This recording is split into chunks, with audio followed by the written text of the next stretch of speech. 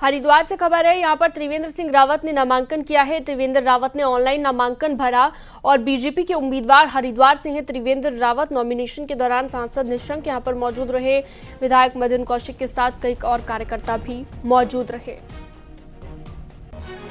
पुलकित शुक्ला हरिद्वार से ज्यादा जानकारी के लिए संवाददाता हमारे साथ जुड़ गए हैं।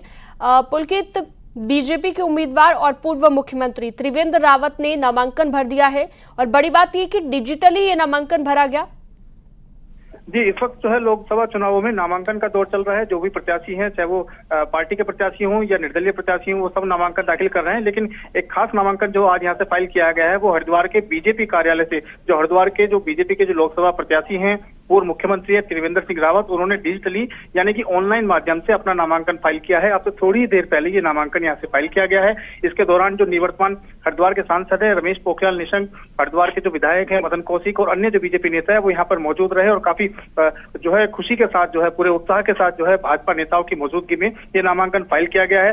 वैसे जो भी नामांकन फाइल किया जाता है, निर्दलीय प्रत्याशी या पार्टी के प्रत्याशी पूरे जो है लाव लश्कर के साथ जाते हैं, पूरे शक्ति प्रदर्शन के साथ जाते हैं और अपना नामांकन फाइल करते हैं। लेकिन ये खास तरह से नामांकन यहाँ पर फाइल किया गया है। इसके पीछे कारण बताया जा रहा है कि चुनाव आयोग की ओर से एक ऑप्शन दिया गया है कि नामांकन को ऑनलाइन माध्यम से जो है फाइल किया जा सकता है, क्योंकि पर्यावरण के लिए ये कहीं ना कहीं फायदेमंद है और इससे गो ग्रीन की तरफ जो है बढ़ा जा सकता है। तो सांकेतिक रूप से लोगों को मैसेज देने के लिए, एक नया पर्यावरण संरक्षण का एक संदेश देने के लिए ये नामांकन यहाँ पर इस तरह से फाइल किया गया है। और हरिद्वार जो उत्तराखंड की जो सभी 5 विधानसभाएं हैं उनमें जो त्रिवेंद्र सिंह रावत है वो पहले ऐसे प्रत्याशी हैं जिन्होंने ऑनलाइन माध्यम से ये नामांकन फाइल किया है। तो अब पूरी तरह से विधिवत रूप से, कानूनी रूप से जो नामांकन किया गया है, विधिवत रूप से प्रत्याशी जो है वो बन चुके हैं त्रिवेंद्र सिंह रावत। और अब चुनाव की जो अभियान है उसको और भी ज्यादा तेज किया जाएगा और उसके बाद जो चुनाव अभियान है उसको आगे बढ़ाया जाएगा। जी बिल्कुल पुलकित, और चुनावी अभियान तो आगे बढ़ेगा। काफी कॉन्फिडेंट यहाँ पर बीजेपी दिखाई दे रही है। भले ही नामांकन डिजिटली भरा हो, लेकिन फिर भी शक्ति प्रदर्शन साफ तौर पर दिख रहा है इस वक्त स्क्रीन पर, चाहे डिजिटली ही नामांकन भरा गया हो।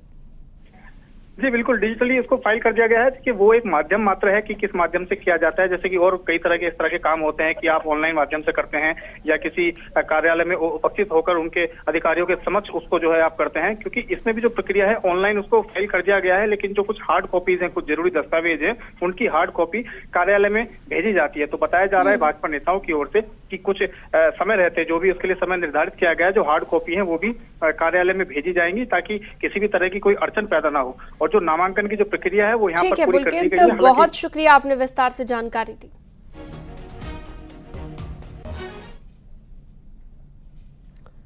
पुष्कर सिंह धामी सरकार को 23 मार्च को 2 साल पूरे होने जा रहे हैं। बीजेपी इस दिन सरकार के 2 साल का रिपोर्ट कार्ड जनता के बीच रखने जा रही है। 23 मार्च को मुख्यमंत्री से लेकर मंत्रियों के प्रोग्राम सेट कर दिए गए हैं। देखिए, के अंदर बहुत ही महत्वपूर्ण काम हुए हैं, बड़े बड़े निर्णय हुए हैं। यूनिफॉर्म सिविल कोड जैसा बिल उत्तराखंड की विधानसभा से पारित हुआ है और उत्तराखंड इस काम में देश का पहला राज्य बना है। इसके लिए राजधानी से लेकर जिलों में गोष्ठियां, सम्मेलन, प्रेस कॉन्फ्रेंस करने के लिए बीजेपी जा रही है। राजधानी में मुख्यमंत्री तो जिलों में मंत्री और विधायक सरकार का रिपोर्ट कार्ड जनता के बीच रखेंगे।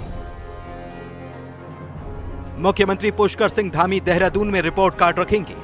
मंत्री प्रेमचंद अग्रवाल उत्तरकाशी, गणेश जोशी चमोली, सतपाल महाराज रुद्रप्रयाग, सुबोध उनियाल टिहरी, धन सिंह रावत पौड़ी, तो सांसद नरेश बंसल ऋषिकेश।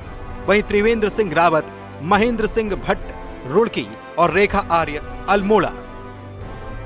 हमें सरकार के 2 वर्ष के कार्यकाल में हम लोगों ने गोष्ठी के और प्रेस वार्ता के कार्यक्रम रखे हैं पूरे उसमें, जिसमें सभी सीनियर मिनिस्टर्स को, उसमें माननीय सतपाल जी हैं, धन सिंह रावत जी हैं, सुबोध उनियाल जी हैं, प्रेमचंद अग्रवाल जी हैं, रेखा जी हैं, अपने बैगुणा जी हैं, ऐसे करके सभी लोगों को हमने सबकी ड्यूटी लगाई है। 24 महीने में 48 की गारंटी, ये वो उपलब्धियां होंगी जिनको सरकार लोकसभा चुनाव में भी कैश कराना चाहेगी।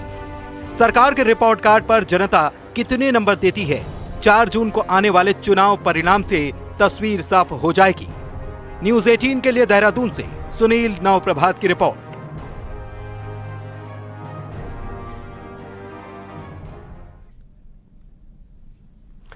अगर हम आपको कहें कि होलियां भी राजनीतिक हो चली हैं तो आप कहेंगे कि भला वो कैसे, लेकिन ऐसा देखने को मिल रहा है कुमाऊं में, जहां पर महिलाओं की होली में राजनीतिक गुलाल उड़ रहे हैं। देखिए।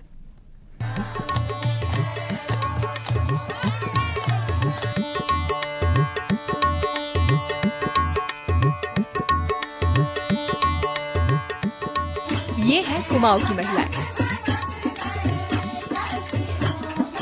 जो होली में खूब रंग जमा रही हैं। लेकिन मजेदार बात ये है कि इनकी इस मदमस्त होली में लोकसभा चुनाव के बीच राजनीति की एंट्री हो चुकी है।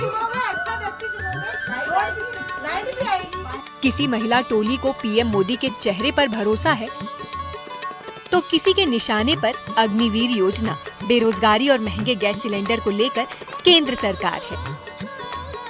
इस तरह की मतलब बेरोजगारी यहाँ पे फैली पड़ी है।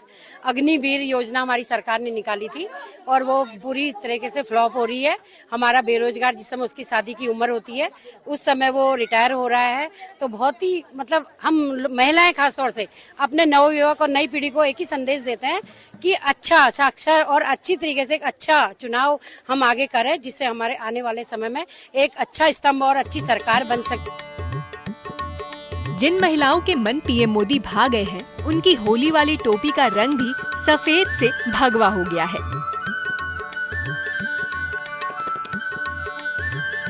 और ये इशारों इशारों में पीएम मोदी की तारीफ करना नहीं भूल रही। में हम लोग थोड़ा सा स्वांग रखते हैं हल्का फुल्का, और स्वांग के द्वारा हमारा है कि लोगों को जागरूक करें कि एक तो मतदान जरूर दें, अपने वोट का प्रयोग करें और अच्छे व्यक्ति को दें जिसने विकास अभी तक किया है। अब विकास का मतलब ये मत समझिएगा कि गैस सिलेंडर सस्ता कर देंगे वो अच्छे हो गए हैं, या जिन्होंने पहले ही बहुत कुछ लूटा है देश को और अब आप थोड़े टाइम तक लगातार बने रहिए तो अच्छा विकास होगा।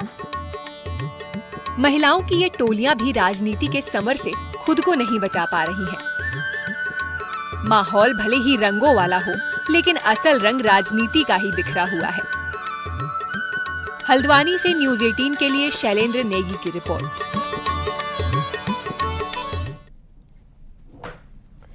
जोशीमठ में भगवान बद्री विशाल इस बार भी ब्रजमंडल के अबीर गुलाल से होली खेलेंगे। भगवान श्री कृष्ण की जन्मस्थली मथुरा से अबीर गुलाल नृसिंह मंदिर पहुंचे और मंदिर समिति के पदाधिकारियों को ब्रजमंडल का अबीर गुलाल भेंट किया।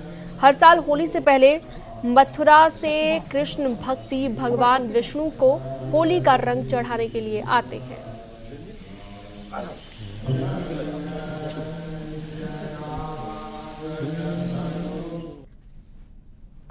और खबरों में वक्त तो चला एक छोटे से ब्रेक का, कहीं मत जाइएगा, खबरों का सिलसिला जारी है।